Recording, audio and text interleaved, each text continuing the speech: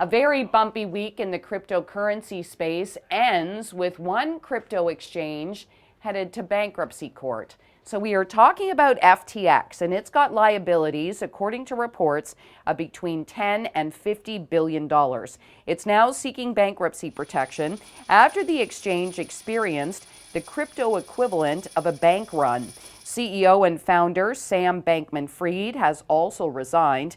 Now, some are comparing all of this to the dot-com bubble or the Lehman Brothers collapse in the U.S., and there are still investigations underway at FTX. We also know the Ontario Teachers' Pension Plan invested about $95 million U.S. in FTX about a year ago. Now, we did see gains on markets to close out the week, and that, by and large, was because of the best day in North America in more than 2 years. We saw that on Thursday with surges on both sides of the border after that better than expected inflation data out of the U.S. So all of that translated into gains on markets on both sides of the border this week. Now, a few stocks of note today. We did see shares in Onyx moving higher. This is the parent company of WestJet.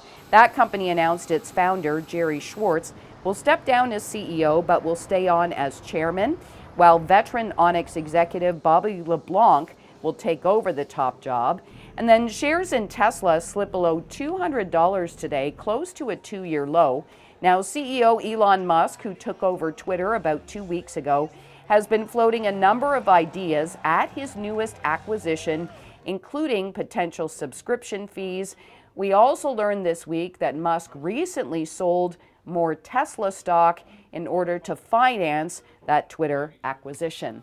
And speaking of Twitter, one alternative might be emerging as a potential winner as people leave Twitter under the new ownership. We are talking about Mastodon, and it did hit 1 million monthly active users on Monday. Now, we don't know how many users Twitter has lost since the ownership change because it's now a private company. Mastodon was started by a German programmer, and seemingly, at least for the moment, it is one of the big winners in the Twitter ownership change. So on Mastodon, you post toots instead of tweets.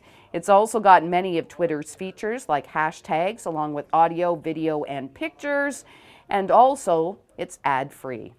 Have a great weekend. In the CityNews Business Center, I'm Chris McCusker.